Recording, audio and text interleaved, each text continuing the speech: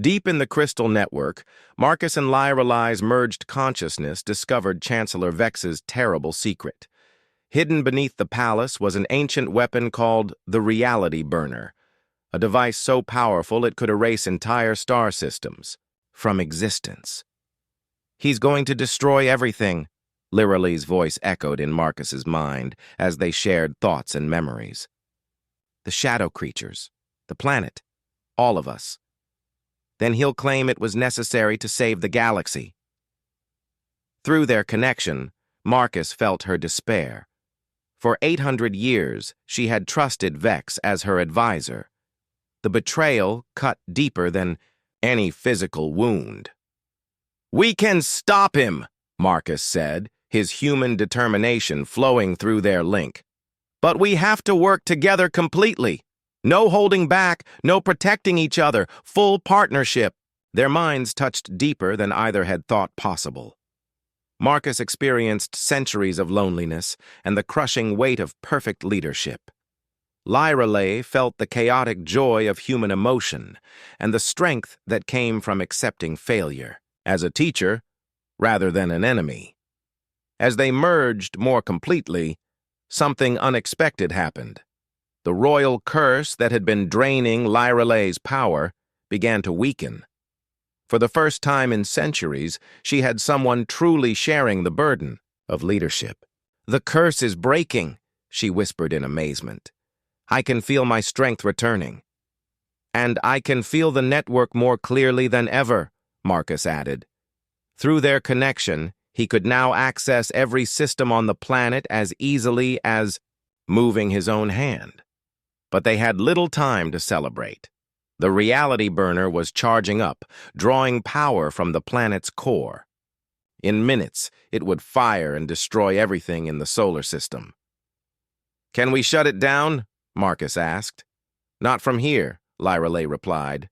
"The weapon requires 2 keys to deactivate, mine and Vex's. He has sealed himself in the control chamber."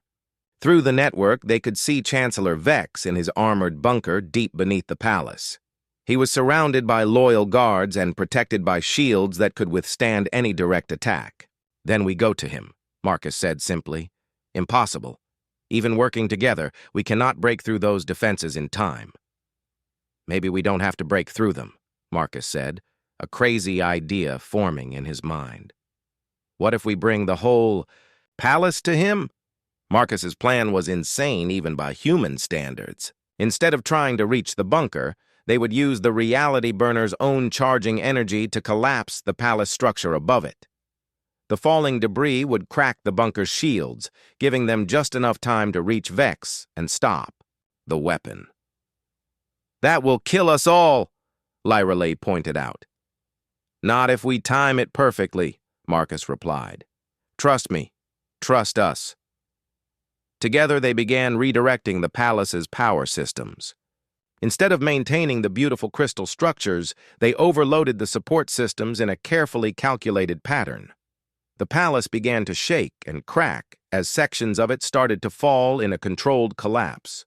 At the same time, they coordinated the final assault against the shadow creatures. Every remaining defender on the planet struck at once, not in organized formations, but in the chaotic human style that had been working so well. The confused Void collective forces found themselves overwhelmed by attacks they couldn't predict or counter. But the largest shadow creature, the ancient one heading for the network core, was almost at the palace. If it reached the crystal network before they stopped Vex, it would consume the planet's entire communication system. "I have an idea," Marcus said, "but you're not going to like it." "What now?" "We let it reach the network. But instead of trying to keep it out, we invite it in." Lyralai's shock rippled through their connection. "That's suicide. If it enters the network, it will consume every connected mind on the planet." "Unless we give it something else to consume first," Marcus explained. "The Reality Burner is drawing massive amounts of energy from the planet's core. What if the shadow creature ate that energy instead?" It was the most dangerous gamble Marcus had ever conceived. They would have to open the crystal network to The ancient shadow creature guide it to the reality burner's power source and hope it would consume the weapon's energy instead of the planet's population. If we're wrong, Lorelei began. If we're wrong, everyone dies anyway when Vex fires his weapon, Marcus finished. At least this way, we're trying something. Above them, the palace continued its controlled collapse. Huge sections of crystal architecture crashed down onto the bunker's shields, causing cracks to appear in the protective barriers. Now, Marcus shouted. Together they reached out through the crystal network and did something no Zephyrian had ever attempted. They welcomed the shadow creature into their shared consciousness. The ancient being's mind was vast and hungry, filled with memories of consuming entire civilizations.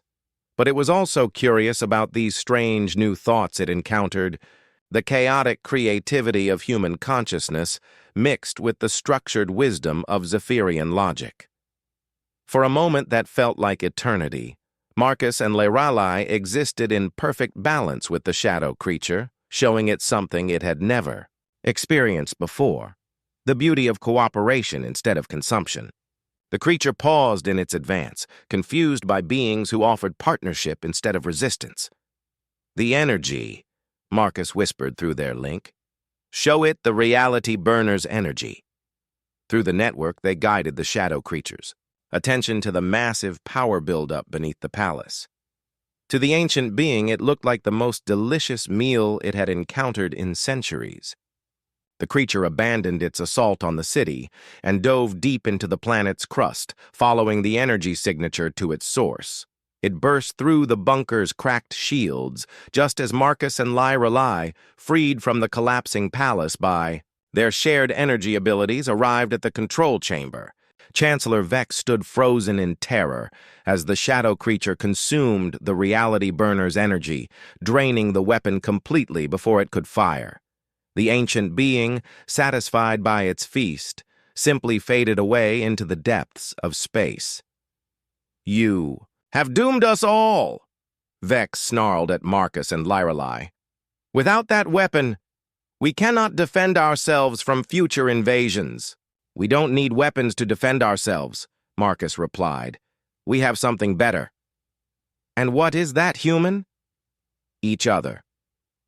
In the days that followed, the galaxy watched in amazement as Zephyros Prime rebuilt itself stronger than before. The chaotic civilian resistance had evolved into something new, a society that valued both logical planning and creative problem-solving. Marcus and Lorelei ruled together, their partnership becoming a model for cooperation between different species.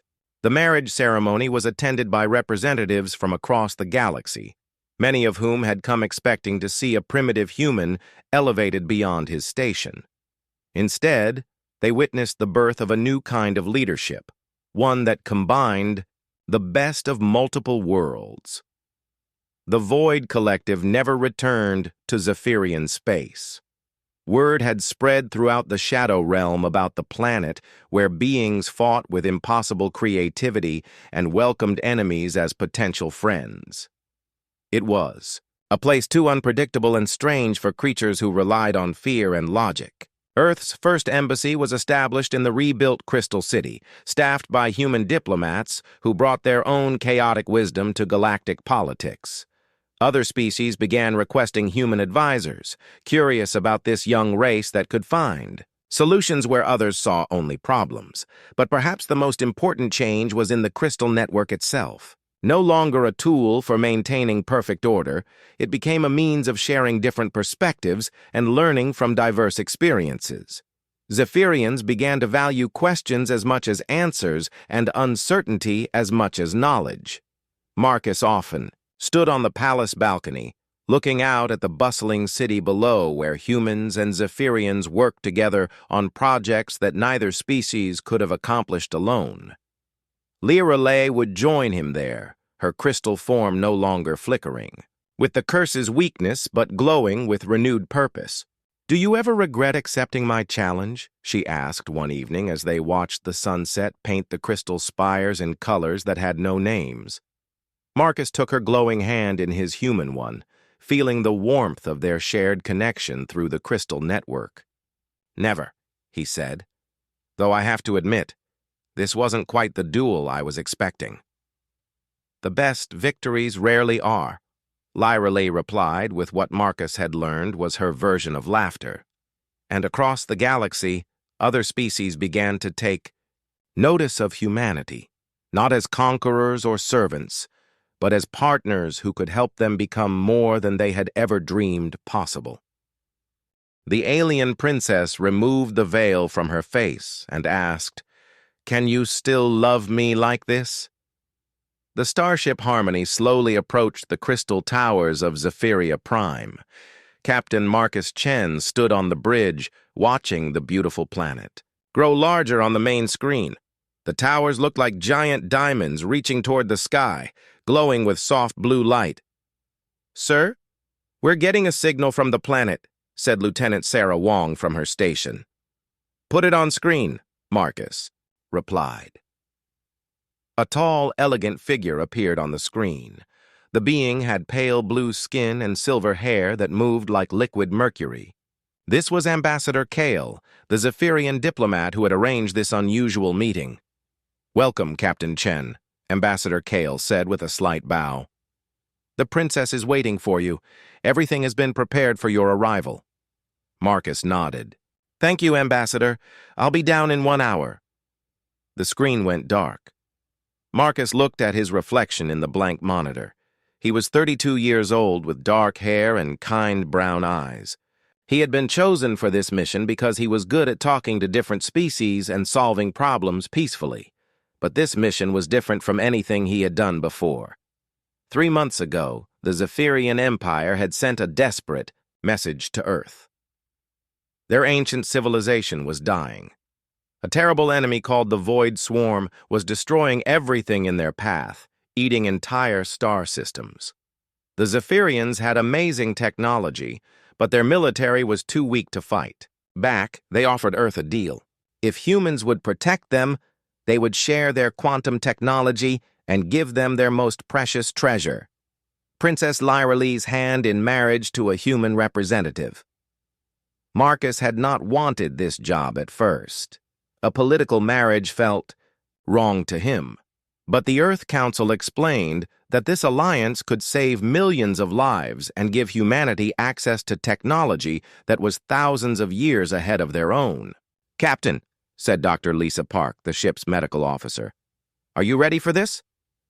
Marcus turned to face her. Dr. Park was also part of the diplomatic team. She had studied Scifian culture for years. "As ready as I can be," Marcus said. "What should I expect down there?" "The Scifians are very formal," Dr. Park explained. "They have many old traditions. The princess will be wearing a ceremonial veil until the wedding ceremony. It's their custom for royal women." "What do we know about her?" Marcus asked.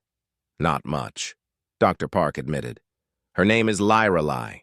She's 25 years old in human terms. She's supposed to be very intelligent.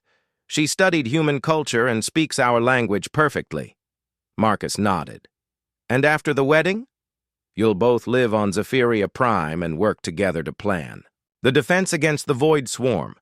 The marriage is meant to symbolize the union of our two species." An hour later, Marcus walked down the shuttle ramp onto the landing platform of the Royal Palace. The air smelled like flowers and ozone. Strange. Musical sounds came from somewhere in the distance. Ambassador Kyle was waiting for him with 6 guards in silver armor.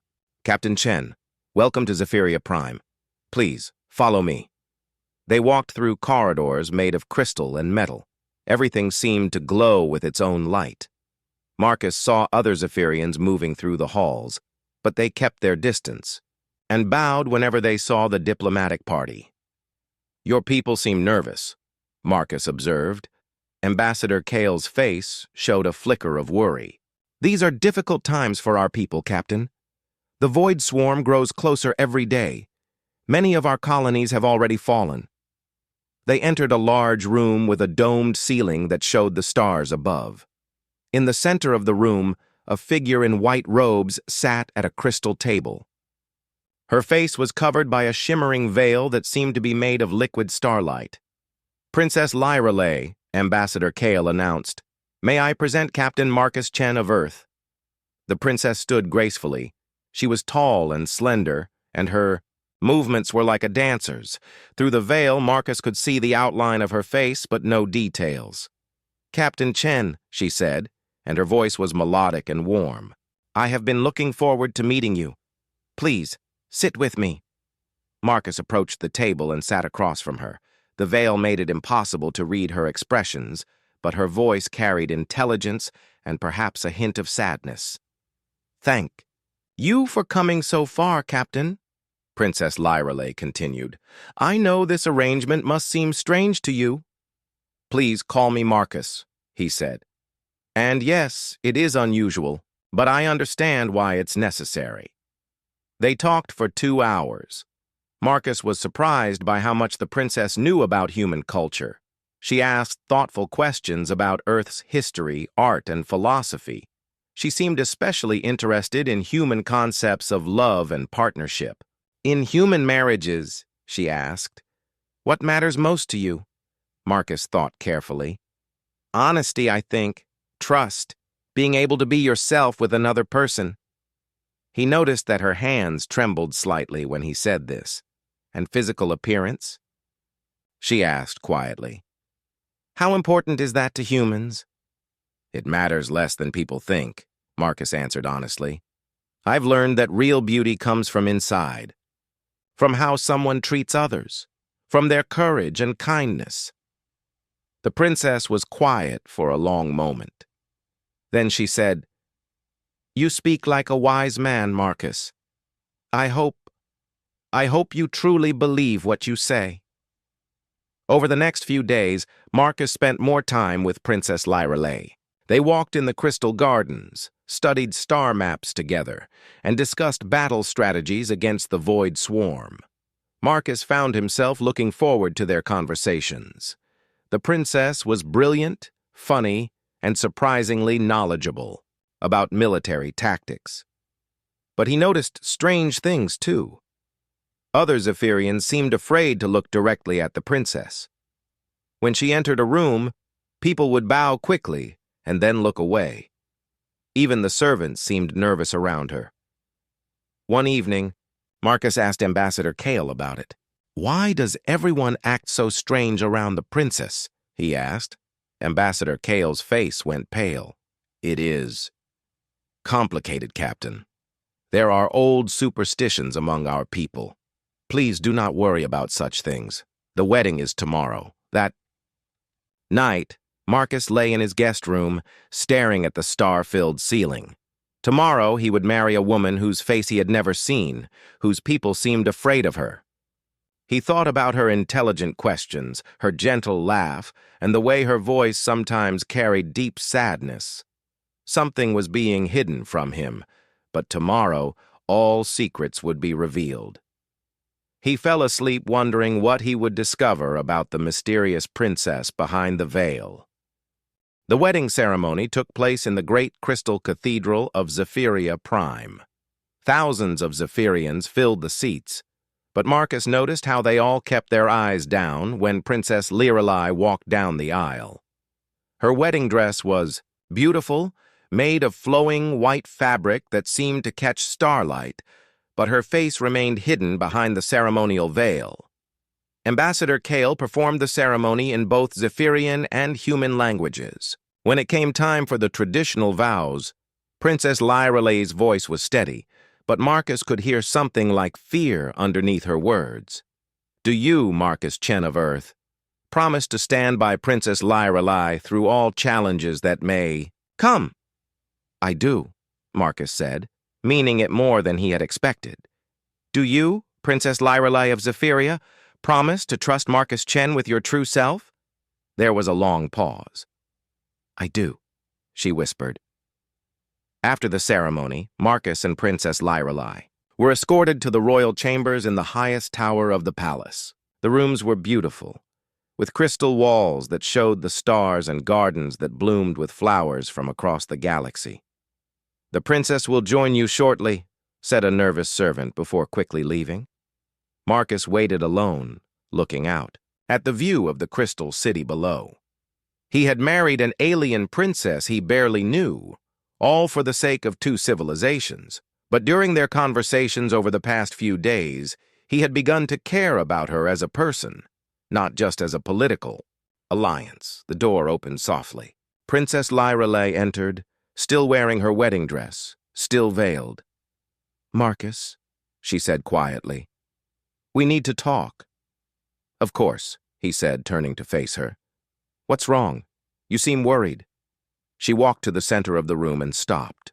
Her hands were shaking. "There is something you must know. Something my people have hidden from you." Marcus felt his heart rate increase. "What is it?" "The marriage contract you signed," she said slowly. "It was not just for political alliance. There is another reason why my people chose to offer me to Earth." "What reason?" Princess Lyrelei took a deep breath. 3 years ago, the Void Swarm attacked our outer colonies, but they did not just destroy our cities.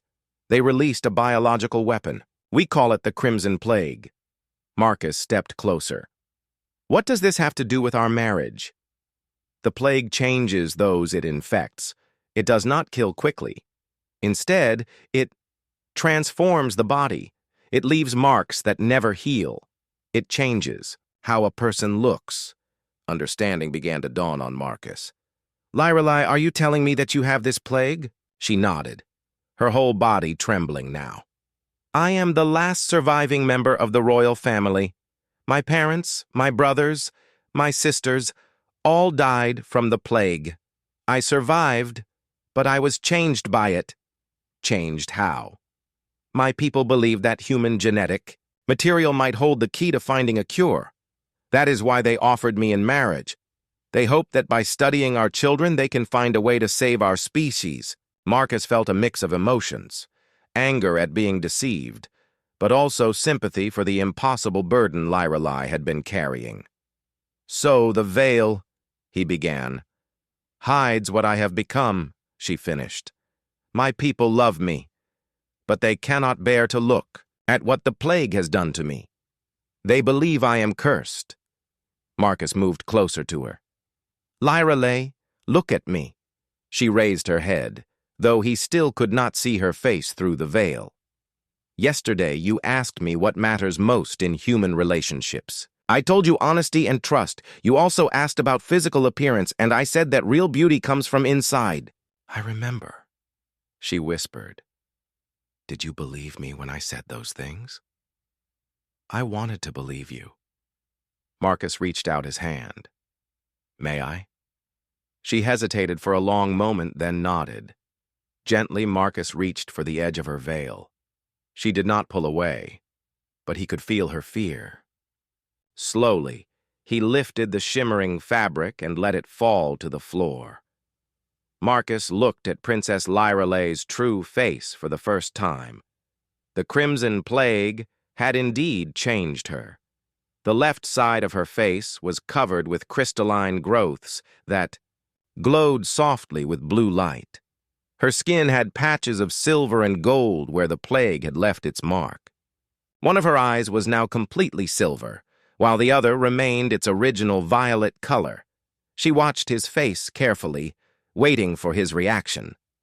"Now you see why my people call me cursed," she said sadly.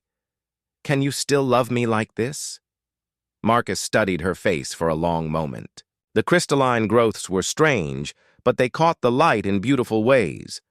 The silver patches on her skin looked like flowing metal art. Her mismatched eyes were striking rather than frightening. "You're beautiful," he said simply. She stared at him in shock. "What?" "You're beautiful, Lyrelei. Different, yes. Changed, yes. But beautiful." Tears began to flow from both her normal eye and her silver one. "You are not disgusted?" "No," Marcus said, reaching out to gently touch one of the crystal growths on her cheek. "I'm amazed. These crystals, they're not just marks of disease, are they? There's something more." She looked surprised. "How did you know?" They're warm to the touch, and they pulse with their own light. This isn't just scarring from the plague. This is evolution. The crystals do things, she admitted. They help me think faster, process information in ways I never could before. But everyone sees them as a sign of sickness. Everyone except me, Marcus said. I see them as a sign that you survived something terrible and came out stronger. She reached up and touched his hand where it rested on her cheek. In all this time, you are the first person to look at me without fear or pity. Then everyone else is missing something wonderful, Marcus said. For the first time since he had met her, Princess Lyreley smiled without sadness. The crystals on her face glowed brighter when she smiled, and Marcus realized that they responded to her emotions. There is more you should know, she said. The Void Swarm is coming here. Our scientists estimate they will arrive in 6 months. And the plague. There are others like me, hiding in the lower levels of the city. They are too ashamed to show themselves. Then we need to change that, Marcus said. If these crystal growths give you enhanced abilities, then the plague survivors aren't cursed. They're our secret weapon.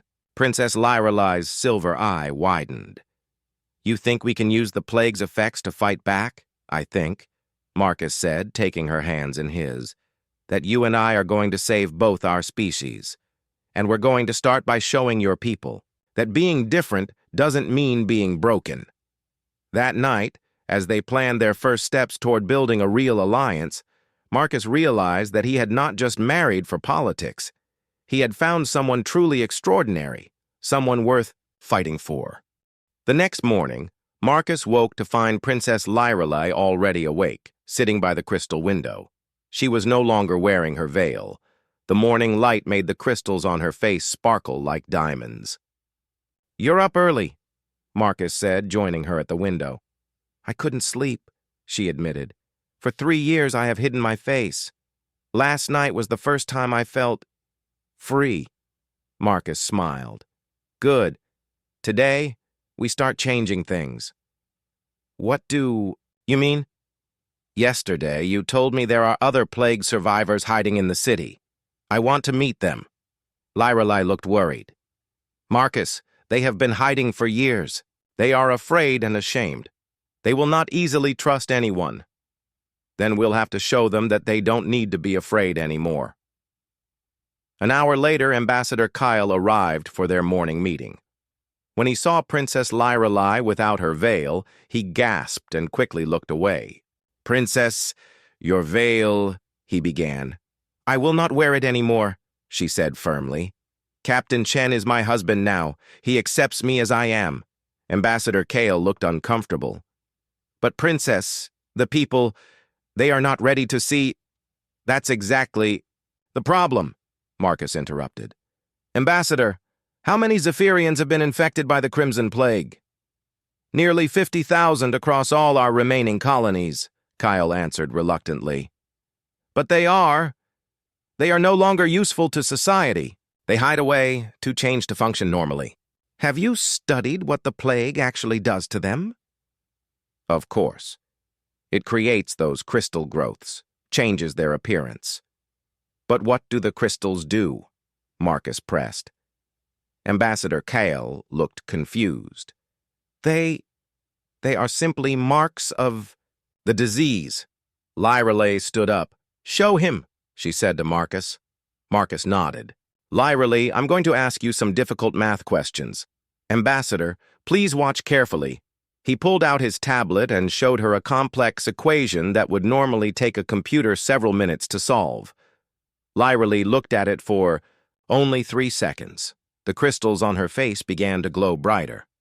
"The answer is 847,293.6, she said. Ambassador Kale's mouth fell open. That's impossible." "Give her another one," Marcus said. He showed her a star chart with thousands of possible flight paths. "What's the fastest route from here to the Andromeda colony?" Again, the crystals glowed. Lyreley closed her silver eye and concentrated.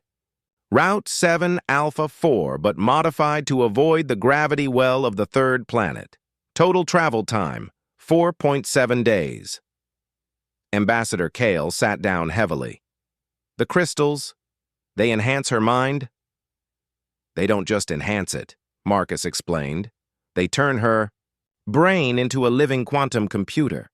The plague didn't curse your people, it evolved them. But the appearance changes are the price of gaining abilities your species never had before, Marcus finished. In human culture, we have a saying, every cloud has a silver lining. We look for the good things that can come from bad situations. Over the next few days, Marcus and Lirelei worked together to locate the hidden plague survivors. They found them living in the deep underground levels of the city, in areas that most Zephyrians avoided. The first group they found consisted of 12 survivors living in an abandoned mining complex. When Marcus and Lirelei appeared, the survivors tried to hide their faces. "Please," said an elderly Zephyrian woman with crystal growths covering half her head. "Do not look at us. We know we are frightening to see." "You're not frightening," Marcus said gently. "You're extraordinary." He explained what they had discovered about the crystal's abilities. At first, the survivors didn't believe him. "We are cursed," said a young man whose entire left arm had been transformed into living crystal. "We can no longer work, no longer contribute to society." "What did you do before the plague?" Lirelei asked him.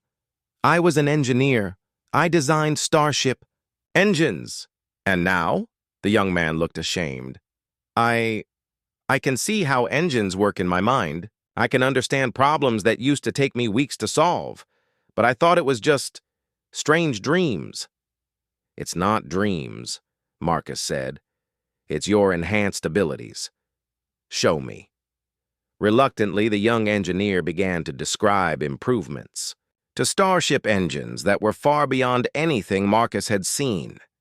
His crystal arm glowed as he spoke, and complex technical diagrams seemed to form in the air around him. The other survivors watched in amazement. Slowly, they began to share their own experiences. A former teacher could now process and remember vast amounts of information instantly. A doctor could diagnose illnesses by touch. A farmer could sense the needs of plants from great distances. "You see," Marcus said, "you're not broken. You're the next step in Zephyrian evolution." One by one, more groups of survivors joined them. Within a week, Marcus and Lirelei had gathered nearly 300 plague survivors in the underground chambers. "We have a proposal," Marcus announced to the gathered crowd. "The Void Swarm is coming. Your people need to defend themselves, but traditional weapons and strategies have failed every time." "What are you suggesting?" asked the elderly woman who had first spoken to them. "That we use your enhanced abilities to develop new defense strategies.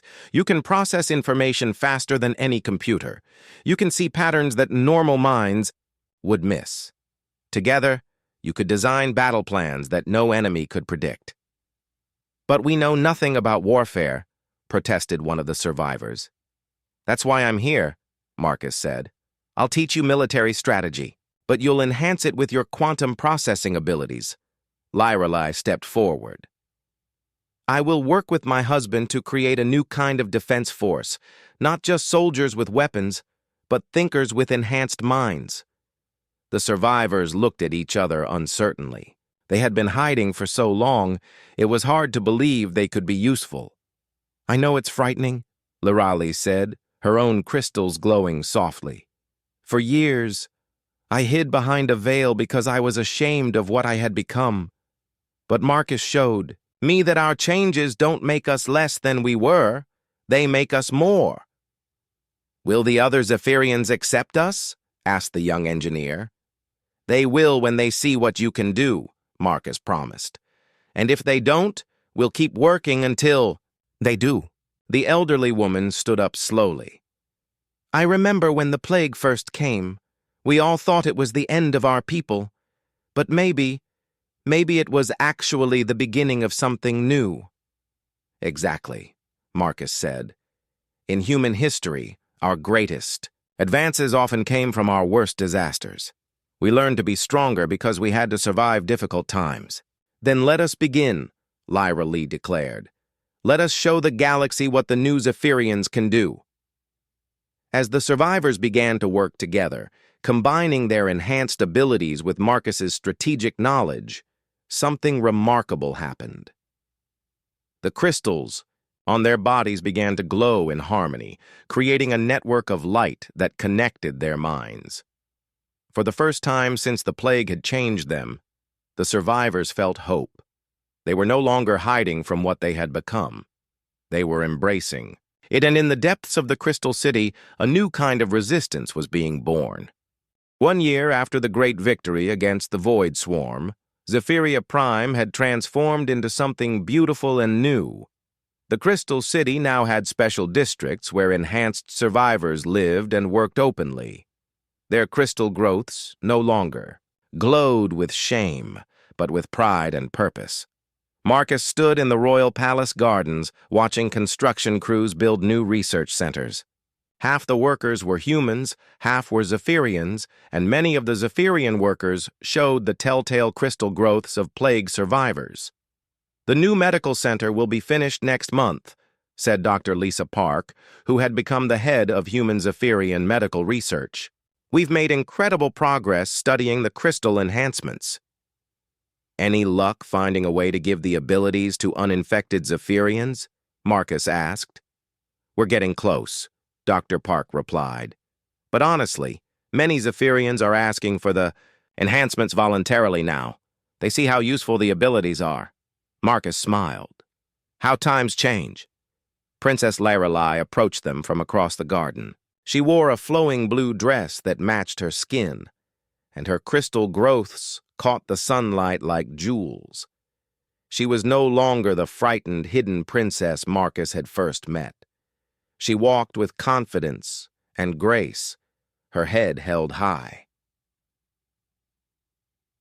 The council meeting is ready to begin, she told Marcus. Representatives from 17 different worlds are waiting. 17? Marcus was impressed.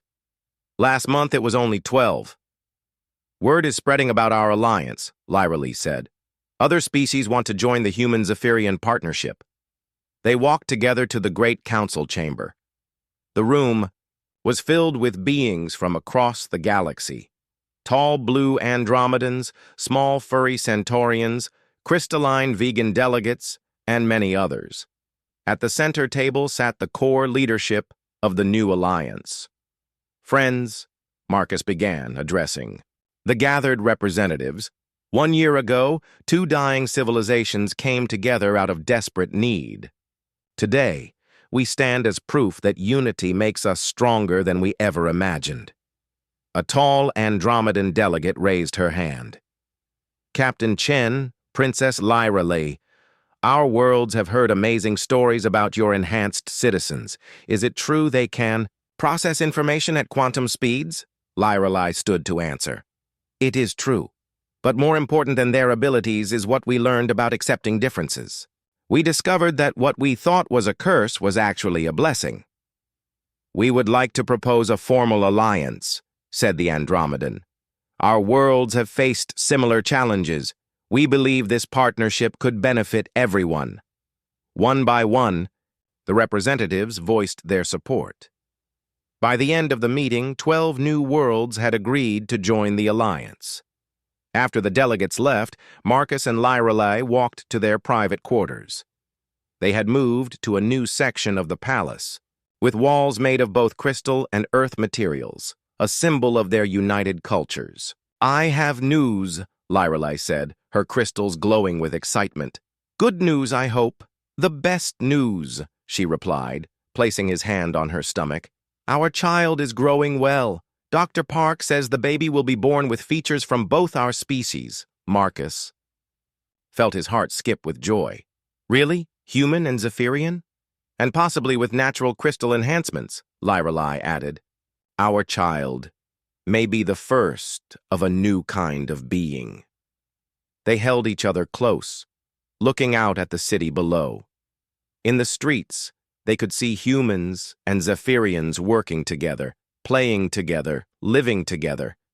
Children from both species ran through the crystal gardens laughing as they played games that mixed human and Zephyrian traditions. "Do you think our child will face difficulties?" Lyrelai asked. "Being different from both our species?" "Maybe," Marcus said honestly. "But I think being different will be their greatest strength, just like yours." 6 months later, the day arrived. Princess Lyrelai gave birth to a healthy baby in the Royal Medical Center. Marcus held his daughter for the first time, marveling at her unique features. She had Marcus's dark hair and Lyrelai's violet eyes. But most remarkably, she had small crystal patches on her forehead that glowed softly with her emotions. When she was happy, they glowed warm gold. When she cried, they pulsed blue. "She's perfect," Marcus whispered. "What should we name her?" Lyrelai asked. "Hope," Marcus said immediately. "She represents hope for both our peoples. Little Hope." Chen Lyrelai became the symbol of the new alliance. As she grew, she showed abilities from both species, human creativity and emotional intelligence combined with Zephyrian quantum processing power. She could solve complex problems while also understanding the feelings of everyone around her. 3 years passed. The Human-Zephyrian Alliance had grown to include 47 different worlds. The enhanced Zephyrians had become teachers and leaders, sharing their abilities with researchers from across the galaxy. On the 3rd anniversary of their wedding, Marcus and Lyrelai stood before a gathering of 10,000 citizens in the great Plaza of the Crystal City. Humans, Zephyrians, and beings from dozens of other worlds filled the crowd. 3 years ago, Lyrelai began, her voice carrying clearly across the plaza, "I hid my face behind a veil because I was ashamed of what I had become. I thought I was broken, cursed, unworthy of love." The crowd listened in complete silence. "But my husband taught me something that humans understand very well," she continued. "He taught me that our greatest weaknesses can become our greatest strengths. That being different doesn't make us less valuable. It makes us more precious." She gestured to the enhanced survivors standing throughout the crowd. Their crystal growths glowed in harmony, creating patterns of light that danced across the plaza. "Today, I speak to everyone who has ever felt different, broken, or unwanted. You are not cursed. You are not less than others. You are exactly what the universe needs you to be." The crowd erupted in cheers. Marcus watched with pride as his wife, no longer a hidden princess, but a confident leader, inspired thousands of beings from across the galaxy. Later that evening, as they put Little Hope to bed, Marcus reflected on everything that had changed. "Do you ever regret it?" he asked Lyrelai. "Giving up your old life? Revealing your secret?" She looked at him with surprise. "Regret it? Marcus, you gave me back my life. You showed me that love doesn't depend on how someone looks, but on who they truly are inside." "You did the same for me," Marcus replied. "You taught me that the most beautiful things in the universe are often the ones that are different from what we expect." As they watched their daughter sleep, her crystal patches glowing softly with peaceful dreams, Marcus knew they had created something truly special. Not just a child, but a symbol of what was possible when different species chose. Love over fear. The Human-Zephyrian Alliance would continue to grow, bringing hope and unity to worlds across the galaxy. And it all started with one simple truth that humans had always known. Real love sees beauty in everything, especially in the things that make us unique. Outside their window, the crystal city glowed with the light of 1 billion stars, and somewhere in that light, the future was being born.